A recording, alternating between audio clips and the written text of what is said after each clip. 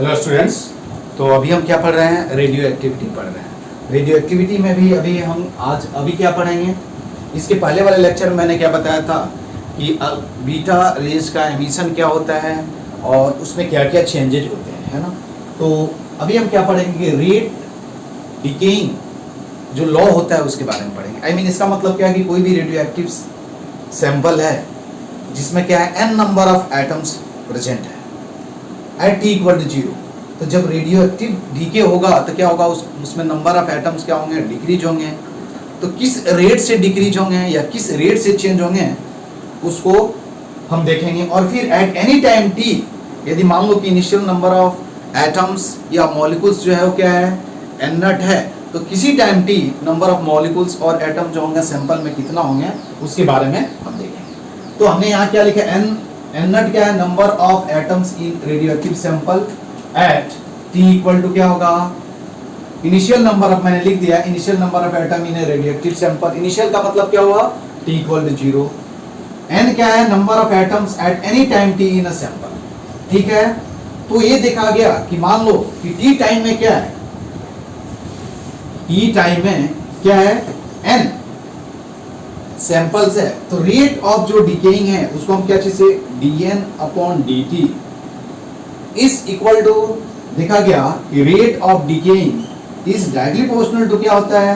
Number of atom या number of molecules या number of nuclei present at time t। और यहां हम क्या करते हैं? माइनस साइन यूज करते हैं। माइनस साइन ये इंडिकेट कर रहा है कि जो n जो है वो क्या है? टाइम के साथ क्या हो रहा है? डिक्रीज हो रहा है। क्या हो रहा है? टाइम के साथ क्या हो रहा है? डिक्रीज हो रहा है। या ऐसे ही बोल सकते हो, इसको यहां नहीं लिख करके आप क्या लिखोगे? माइनस साइन लिखोगे। तो इसको हम क्या पढ़ेंगे? रेट ऑफ डिकेइंग, है ना, इज डायरेक्टली प्रोपोर्शनल टू क्या होगा? नंबर ऑफ एटम्स या molecules present at time t। ठीक है। तो यहां से हम लिख सकते हैं कि dn upon dt is equal to क्या लिख सकते हैं? Minus n। और इसको ये भी लिख सकते हैं dn upon dt is equal to क्या लिख सकते हैं? माइनस लैम्डा इंटू क्या होगा? ठीक है। dn upon dt is equal to क्या लिखेंगे? माइनस लैम्डा इंटू क्या लिखेंगे? n लिखेंगे। इसको हम क्या बोलते हैं? Rate of decaying. ठीक है। तो किसी टाइम t क्या होगा? नंबर ऑफ जो एटम्स होंगे किस रेट से डिक्रीज होंगे वो क्या क्या चीज पे डिपेंड करेगा? सम कांस्टेंट, जिसको हम क्या बोलते हैं? डिसइंटीग्रेशन कांस्टेंट बोलते हैं या डीके कांस्टेंट बोलते हैं। एंड क्या होगा? n नंबर ऑफ एटम्स जो है सैंपल में उस टाइम पे क्या है। ठीक है। तो यहां से मुझे क्या करना? लैम्डा को हम क्या बोलेंगे? लैम्डा। ठीक है।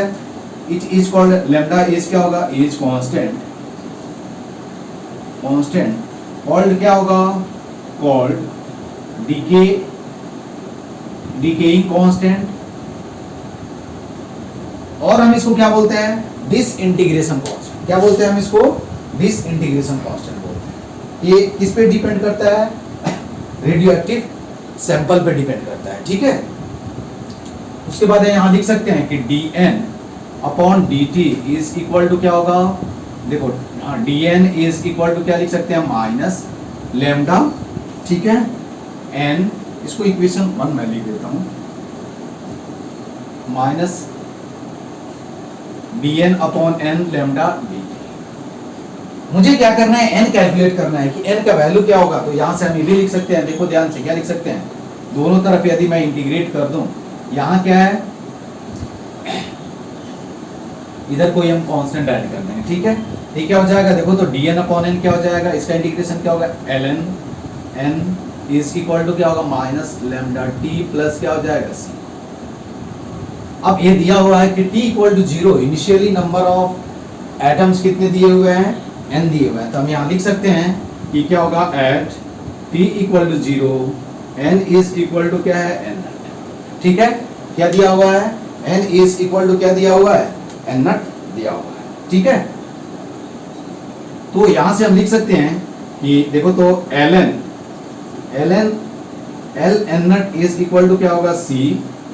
अब इसमें वैल्यू रख सकते हैं। तो देखो l n is equal to क्या हो? Minus lambda t plus l N naught, इसको इधर लाओगे तो यहां से लिख सकते हैं, देखो एल एन माइनस क्या होगा L naught is equal to lambda T, ठीक है।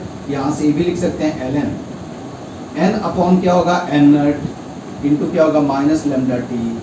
यहां से और कुछ हम लिख सकते हैं, क्या लिख सकते हैं, देखो ध्यान से, क्या लिख सकते हैं, लैम्डा यहां लिख सकते हैं डायरेक्ट, देखो N is equal to N naught E raise to क्या होगा माइनस लैम्डा। ये बहुत ही क्या है इंपॉर्टेंट,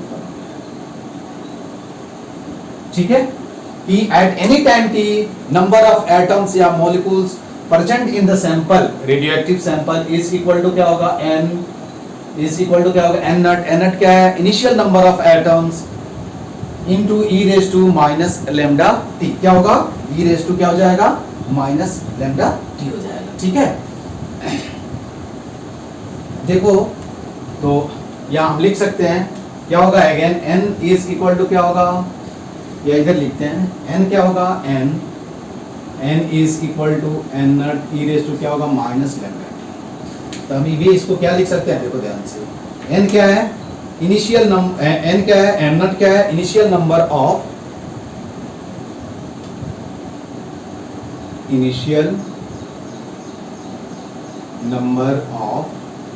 एटम्स, एन क्या है number of atoms at any time क्या होगा टी। लैम्डा अगेन क्या है, लैम्डा के बारे में भी, लैम्डा क्या है डिकेइंग कांस्टेंट, ठीक है। अब यहां से हम क्या लिख सकते हैं, बहुत सारे पॉइंट लिख सकते हैं, पहले एक जगह हम लिख लेते हैं, उसके बाद हम ग्राफ ड्रॉ करेंगे। यहां से हम ये भी लिख सकते हैं, देखो एक तो हमने क्या लिखा था कि D N upon D T is equal to क्या लिख सकते हैं minus lambda N naught E raise to क्या होगा माइनस लैम्डा टी, सही है क्या, लिख सकते हैं। कभी कभी ये भी इक्वेशन पूछा जा सकता है, ये भी हम लिख सकते हैं, देखो ध्यान से, क्या लिख सकते हैं एल एन एन अपॉन क्या होगा N naught is equal to minus lambda T, ये भी एक इक्वेशन लिख सकते हैं। उसके बाद ठीक है, एक इक्वेशन ये भी लिख सकते हैं, देखो ये लिख सकते हैं, क्या लिख सकते हैं L N is equal to क्या होगा एल एन नट माइनस क्या हो जाएगा लैम्डा। तो इतने तरह से क्या है, इसको अपने को क्या करना चाहिए माइंड में रखना चाहिए। इसमें कोई भी क्या होगा रिलेशन पूछा जा सकता है। तो केमिस्ट्री में भी रेट लॉ जब पढ़े होंगे तो तुमको इसी टाइप का क्या होगा इक्वेशन मिला होगा, ठीक है। तो इतने जो रिजल्ट हैं वो क्या है इंपॉर्टेंट है। अब क्या होगा, अब इसका यदि ग्राफ, अब हम आते हैं पहले क्या है कि ग्राफ इसका ड्रॉ कर लेते हैं कि ग्राफ क्या होगा। उसके बाद तुमसे ये पूछा जा सकता है, चलो पहले हम लिख देते हैं कि डी की कांस्टेंट क्या होता है, लैम्डा को हम क्या बोलते हैं, देखो लैम्डा इज कॉल्ड क्या होगा इज कॉल्ड डिसइंटीग्रेशन कांस्टेंट, और क्या बोलेंगे इसको डिकेइंग कांस्टेंट।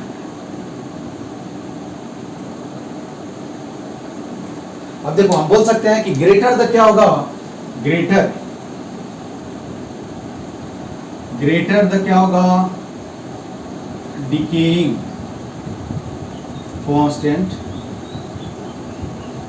मोर अनस्टेबल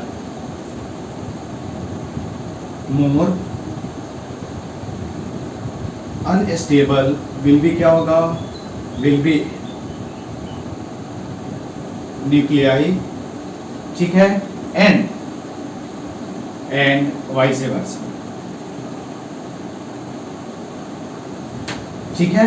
क्या होगा जितना ज्यादा, ठीक है। उसके बाद अगला पॉइंट क्या लिखोगे, देखो यहां से हम बोल सकते हैं क्या कि यहां से है ना कि हम बोल सकते हैं कि इफ क्या होगा, तो इनिशियल नंबर ऑफ एटम्स क्या हो जाएगा, सेम हो जाए तो हम बोल सकते हैं इफ, क्या होगा, if initial number of atom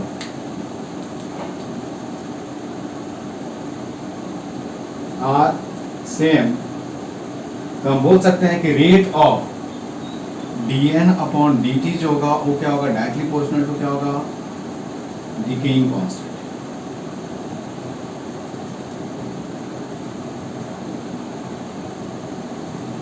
ठीक है, समझ में आया क्या? रेट ऑफ डिकेइंग जो होगा वो क्या होगा, डायरेक्टली, आई मीन जितना क्या होगा तुम्हारा, ज्यादा क्या होगा तुम्हारा लैम्डा होगा, उतना ही जो रेट होगा वो क्या होगा, ज्यादा होगा। ठीक है, समझ में आया ना? रेट क्या होगा, ठीक है। अब एक टर्म होता है यहाँ क्या, जिसको हम क्या बोलते हैं, ठीक है, तो ये हमने लिखा। अब देखो ग्राफ हम इसका ड्रॉ कर लें, तो ग्राफ क्या क्या हो सकता है ये पूछा जाएगा तुमसे। तो पहले हम आते हैं, देखो कि एट क्या होगा, देखो तो एट नाउ,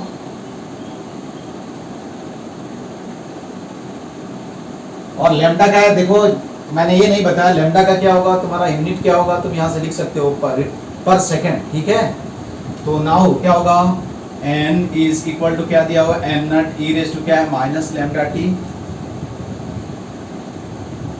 अब at t equal to 1 upon lambda, n का जो वैल्यू होगा, n इज इक्वल टू क्या हो जाएगा, n नॉट अपॉन क्या हो जाएगा, e। सही है, और ये कितना होता है, 0.37 n नॉट आता है। ठीक है, उसके बाद लिखेंगे क्या होगा कि एट t इक्वल टू क्या होगा, t इक्वल टू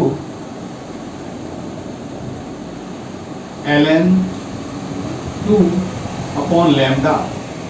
ठीक है, यहाँ जो n का वैल्यू आता है वो n नॉट अपॉन क्या आएगा, 2 आएगा। वैल्यू रख करके यहाँ देखो, इसमें वैल्यू रख करके देखो तो ये कितना होगा, यहाँ वैल्यू रख करके देखोगे तो आ जाएगा। ठीक है, तो इसका यदि मुझे ग्राफ ड्रॉ करना हो, किसका, number of I mean n versus क्या है, time,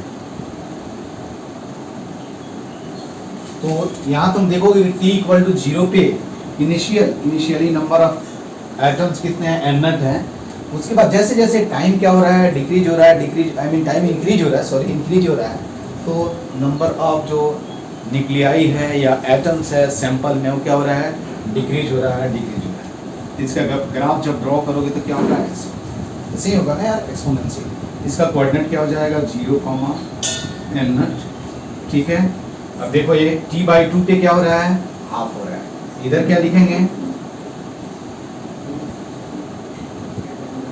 t is equal to 1 upon lambda, ये कितना हो रहा है, 0.737 n नॉट। ठीक है, यहाँ देखो t इक्वल टू क्या हो रहा है, लैम्डा बाई क्या है, सॉरी 0.693 अपॉन लैम्डा की जगह इसका वैल्यू क्या होगा, उस पे आएंगे उसको पढ़ेंगे, कितना हो जाएगा 50 I mean n not by क्या हो जाएगा, n नॉट बाई क्या हो जाएगा 2। ठीक है, तो एक्सपोनेंशियली क्या होता है, जो वैल्यू होता है वो क्या होता है, डिक्रीज होता है। ठीक है, इसको हम क्या बोलते हैं, हाफ लाइफ बोलते हैं इसको। हाफ लाइफ का मतलब क्या होगा कि कितने टाइम के बाद जो सैंपल होगा वो इनिशियल वैल्यू का क्या हो जाएगा, आई मीन सैंपल में नंबर ऑफ एटम जो होंगे कितने टाइम इसके बाद क्या हो जाएंगे, हाफ हो जाएंगे, उसको हम क्या बोलते हैं, हाफ लाइफ बोलते हैं। ठीक है, तो ये फर्स्ट ग्राफ रहा। दूसरा जो ग्राफ है वो देखो, हम यहाँ से ये भी पूछा जा सकता है, dn अपॉन dt है। इसका ग्राफ कोई पूछे कि ln ऑफ क्या होगा, n upon n not versus क्या है, t का ग्राफ, तो कैसे ड्रॉ करोगे, देखो यहाँ पूछा जा सकता है। दूसरा ग्राफ देख लो, टाइम ln ऑफ क्या है, n अपॉन क्या है, n नॉट।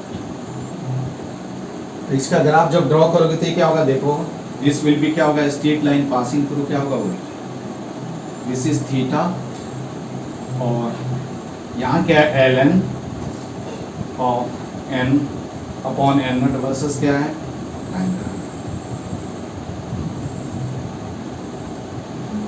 तो यहाँ थीटा जो होगा वो क्या होगा, देखो tan theta is equal to क्या होगा, स्लोप इज इक्वल टू क्या होगा, तो स्ट्रेट लाइन पासिंग थ्रू क्या होगा, ओरिजिन हो जाएगा। दूसरा, यदि तुमसे कोई ग्राफ पूछे कि ln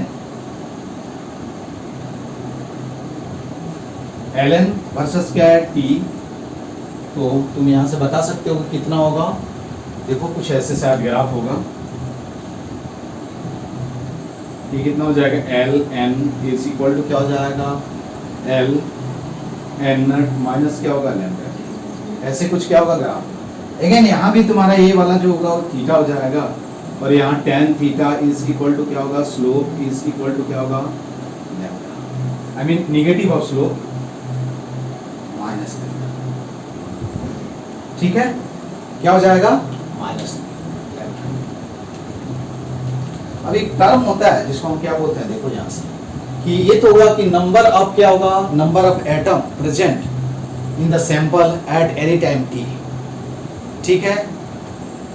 तो प्रोबेबिलिटी ऑफ सर्वाइवल एटम्स या न्यूक्लियाई कैसे हम कैलकुलेट करेंगे, ये बात समझ में आया।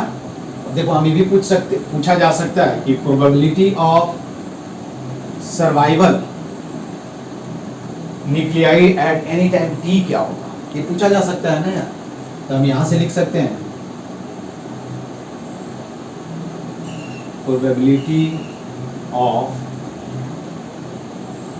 सर्वाइवल एटम, और क्या होगा, एटम्स और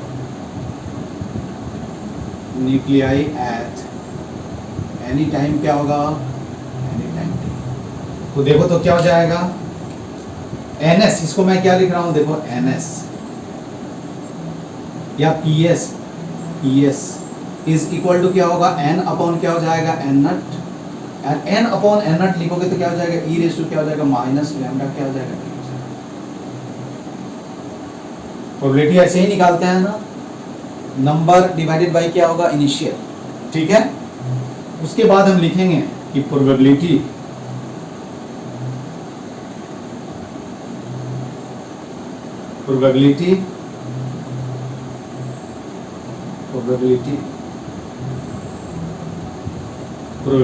of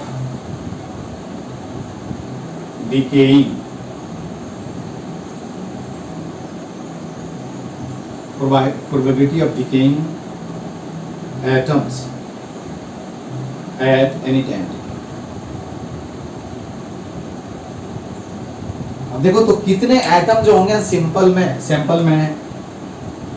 से डीके होंगे, तो इसको एनडी लिखूं तो क्या लिख सकते हैं, इनिशियल माइनस क्या लिखेंगे, एन, सही लिखा क्या, इसको ए लिख सकते हैं कि एन नट माइनस क्या हो जाएगा, N naught into minus E raise to minus lambda T. अब यहाँ से हम लिख सकते हैं कि N D is equal to क्या होगा, N naught into 1 minus E के पावर क्या होगा, माइनस लैम्डा। इतने नंबर ऑफ जो न्यूक्लियाई होंगे या एटम्स होंगे या मॉलिक्यूल्स होंगे सैंपल में, वो क्या होंगे, टी टाइम में क्या हो जाएंगे, डिके हो जाएंगे, ठीक है। तो प्रोबेबिलिटी अगेन कैसे लिखेंगे, प्रोबेबिलिटी ऑफ डिकेइंग न्यूक्लियाई कैसे लिखेंगे, देखो तो इसको हम यदि डिनोट करते हैं क्या, पीडी, तो पीडी इज इक्वल टू क्या लिख सकते हैं, एनडी अपॉन क्या लिखेंगे, एन नट, और इसको क्या लिखेंगे, 1 माइनस ई के पावर माइनस क्या हो जाएगा, ठीक है। तो यदि तुम इसका ग्राफ ड्रॉ करोगे, देखो यहां से हम बोल सकते हैं probability of survival nuclei plus क्या होगा, probability of decaying is equal to क्या हो जाएगा, 1। समझ में आया ना, क्या हो जाएगा, 1 हो जाएगा। अब यहां आप यदि टाइम के साथ ग्राफ ड्रॉ करो दोनों का, तो क्या लिख सकते हो, देखो तो इधर क्या लिखेंगे, पी एस, और क्या लिखेंगे, P D, and P S NPT। ठीक है, देखो एक जो ग्राफ ड्रॉ करोगे ये क्या हो रहा है, देखो ये डिक्रीज हो रहा है, डिक्रीज हो रहा है ना, सर्वाइवल है, और ये क्या होगा तुम्हारा इंक्रीज। ठीक है, तो ये किसका ग्राफ होगा, P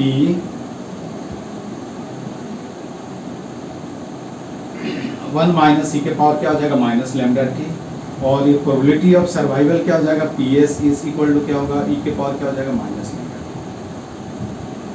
ठीक है, क्या हो जाएगा माइनस लैम्डा टी होता है। अब हाफ लाइफ क्या होता है, यहां से तुम बता सकते हो कि हाफ लाइफ क्या होगा।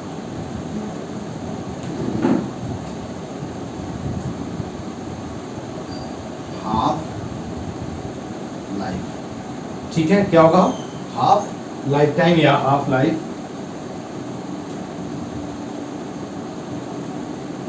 T1। इसका मतलब क्या हुआ कि कितने टाइम के बाद जो तुम्हारा न्यूक्लियाई होगा या एटम होगा सैंपल में, वो इनिशियल वैल्यू का क्या हो जाएगा हाफ हो जाएगा। तो हम बोल सकते हैं कि यहाँ क्या लिख सकते हैं n इज इक्वल टू क्या होगा n0/2। समझ में आया ना, आई मीन ये क्या है, number of nuclei, number of atom या number of molecules present in the sample at any time t। एक इतने टाइम के बाद हाफ हो जाएगा, उसी टाइम को हम क्या बोलते हैं हाफ लाइफ टाइम बोलते हैं। क्या बोलते हैं हम उसको, हाफ लाइफ टाइम बोलते हैं। ये यहां से देखोगे ये कितना हो जाएगा, देखो ध्यान से, तुम यहाँ वैल्यू रखो तो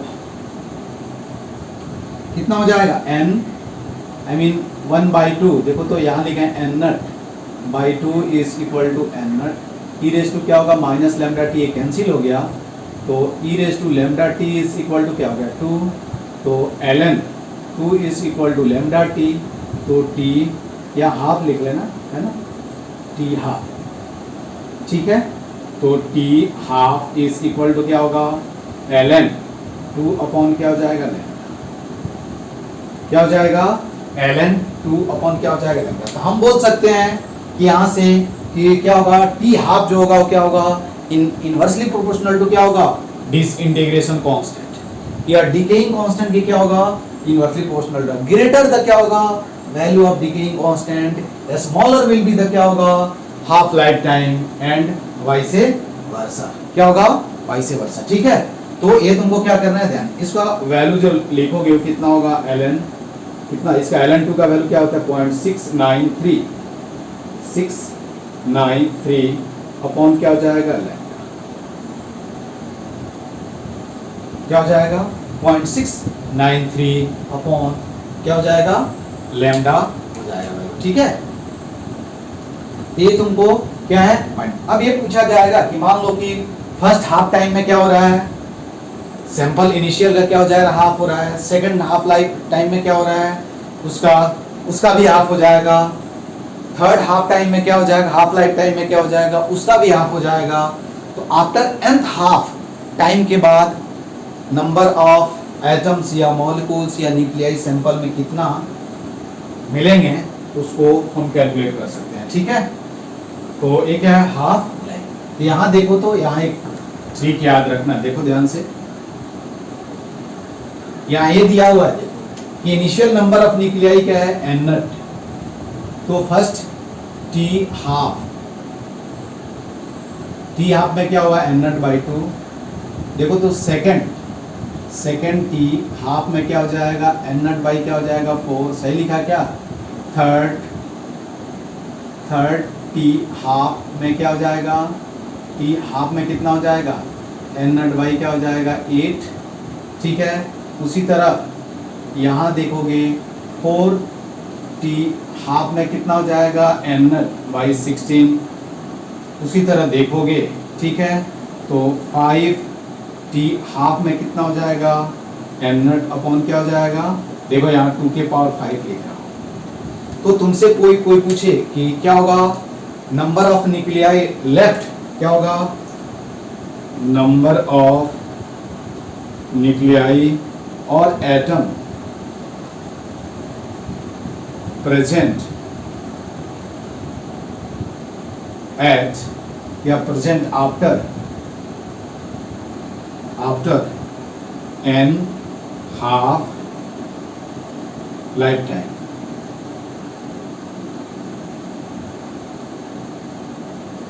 इज इक्वल टू क्या हो जाएगा, देखो तो एन नट इंटू क्या लिख देंगे, एन नट इंटू क्या लिखेंगे 1/2 के पावर क्या हो जाएगा, ठीक है। एन नट क्या है, एन नट क्या है,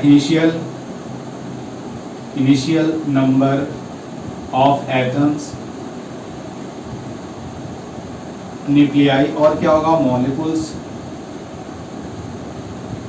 ठीक है। एन क्या है, स्मॉल एन क्या है, number of half life,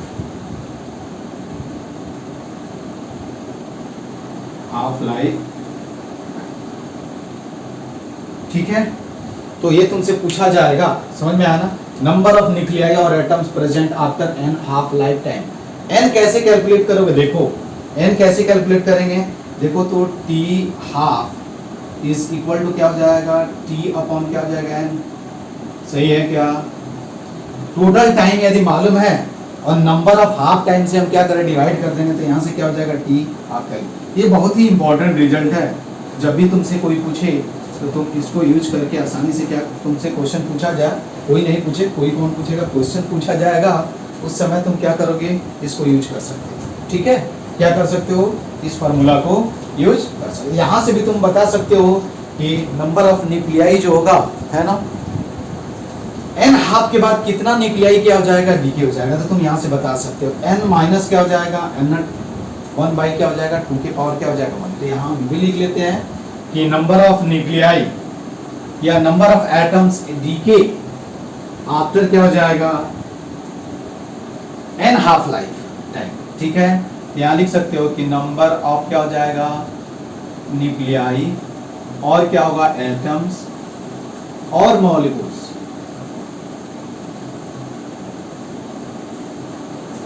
DK after क्या होगा, आफ्टर एन हाफ लाइफ।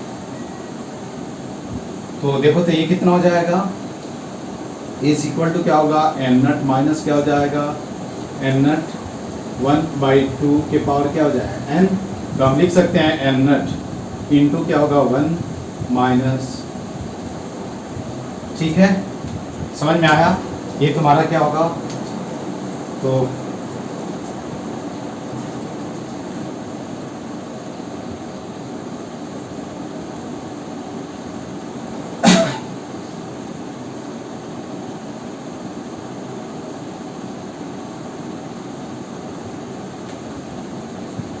तो ये तुम्हारा आंसर। ये कोई पूछे कि एन हाफ टाइम के बाद क्या होगा, एन हाफ लाइफ टाइम के बाद तुम्हारा नंबर ऑफ न्यूक्लियाई कितना डीके होगा, या नंबर ऑफ एटम्स या नंबर ऑफ मॉलिक्यूल्स कितना डीके होगा, तो तुम क्या कर सकते हो, ये कॉन्सेप्ट यूज कर सकते हो। पहले कितना देखो सर्वाइवल है, और सर्वाइवल इनिशियल माइनस सर्वाइवल हम सब्ट्रैक्ट कर देंगे, तो क्या मिल जाएगा नंबर ऑफ न्यूक्लियाई क्या हो जाएगा atoms decay in n half life. N half life कैसे निकालेंगे, टोटल टाइम डिवाइडेड बाय क्या होगा नंबर ऑफ हाफ लाइफ, क्या होगा टोटल टाइम डिवाइडेड बाय क्या होगा number of half life time, ठीक है। तो इसके बाद मीन लाइफ टाइम होता है ना, क्या होगा मीन लाइफ टाइम।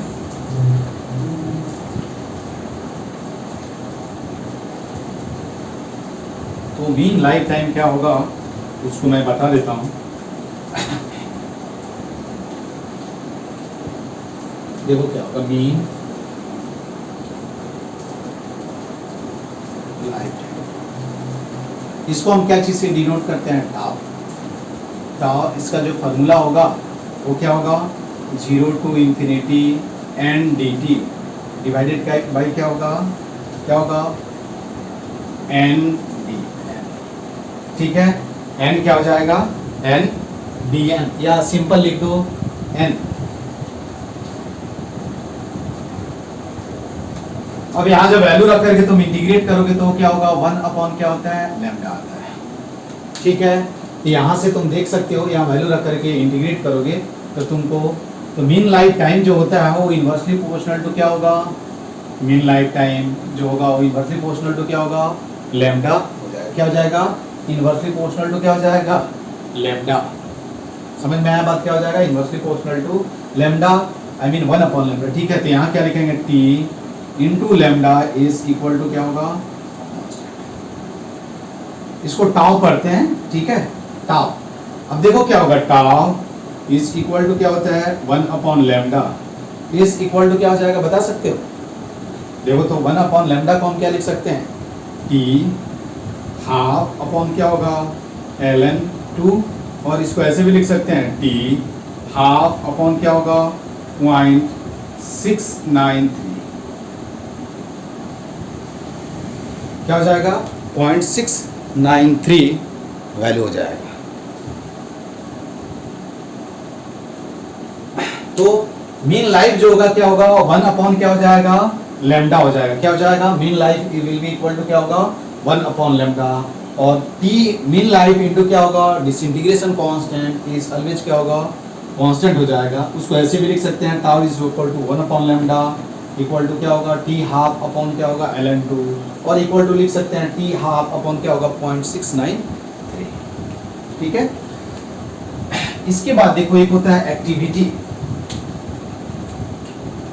तो एक्टिविटी हम किसको लिखते हैं, देखो एक्टिविटी, एक्टिविटी को हम क्या करते हैं, ए से डिनोट करते हैं। तो एक्टिविटी जो होता है किसी सैंपल का, तो रेट ऑफ डिकेइंग पर सेकंड को ही हम क्या बोलते हैं, एक्टिविटी बोलते हैं। क्या बोलते हैं, रेट ऑफ डिकेइंग पर सेकेंड। ठीक है, ये कितना हो जाएगा, देखो तो माइनस dn अपॉन क्या हो जाएगा, dt, यही होगा ना, क्या हो जाएगा, माइनस dn अपॉन क्या हो जाएगा, dt। यहाँ लिख सकते हैं a इज इक्वल टू क्या लिख सकते हैं, minus dn upon dt is equal to क्या लिखेंगे, lambda into n is equal to lambda into n naught e ratio क्या होगा, माइनस लैम्डा। इसको ऐसे भी लिख सकते हैं, देखो a इज इक्वल टू क्या लिखेंगे, a naught E raise to minus lambda. ठीक है, ये क्या होगा, एक्टिविटी एट एनी टाइम क्या होगा, t, activity at any time क्या होगा, t, this is activity, activity at t equal to क्या होगा, 0, और चीज को तो तुम जानते ही। तो कभी कभी क्या है, इसके टर्म में भी। अब एक्टिविटी का यूनिट क्या होता है, जनरली जो होता है एक्टिविटी जो मेजर किया जाता है उसको क्या है, जनरली जो एक्टिविटी जो मेजर किया जाता है उसको डिसइंटीग्रेशन पर यूनिट टाइम या डिसइंटीग्रेशन पर सेकेंड और बैक्यूरेल यूनिट होता है। ठीक है, तो हम लिखेंगे कि एक्टिविटी इज जनरली क्या होगा, activity of a sample is measured in क्या होगा, disintegration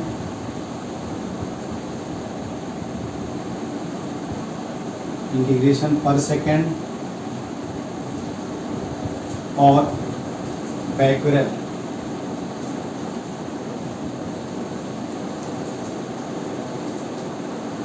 इसको हम BQ लिखते हैं शॉर्ट फॉर्म में।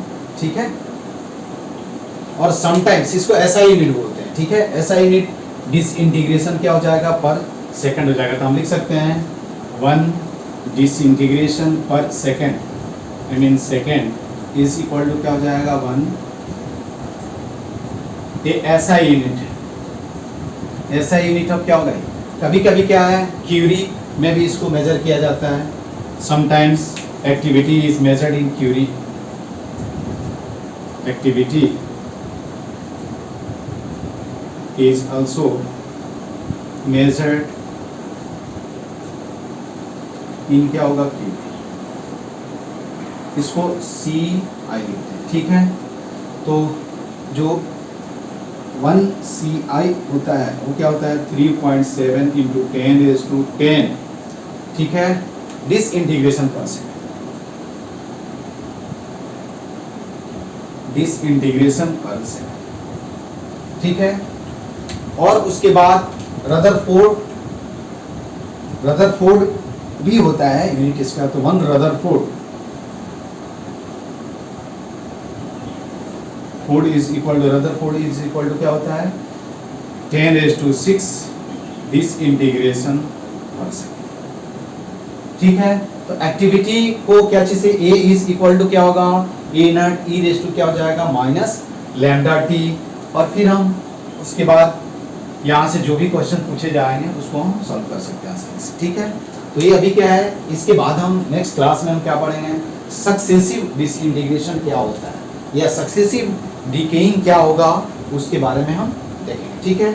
इतना इससे देखो ये न्यूमेरिकल जितने भी अभी हमने पॉइंट बताया इससे बहुत सारे न्यूमेरिकल्स पूछे जाते हैं, और देखना हर टाइम क्या है न्यूक्लियर केमिस्ट्री न्यूक्लियर फिजिक्स से हर टाइम एक नए क्वेश्चन तुमको जेईई मेंस में एडवांस में रहेगा, ठीक है। इसलिए ये मेन एज वेल एज क्या है एडवांस पॉइंट ऑफ व्यू से बहुत ही इंपॉर्टेंट टॉपिक है। तो इस पे आप क्या करेंगे, बस इसमें इतने ही रिजल्ट है, आपको क्या करना है इस पे प्रैक्टिस करना है, ठीक है। तो आज की क्लास में बस इतना ही, ओके, थैंक यू।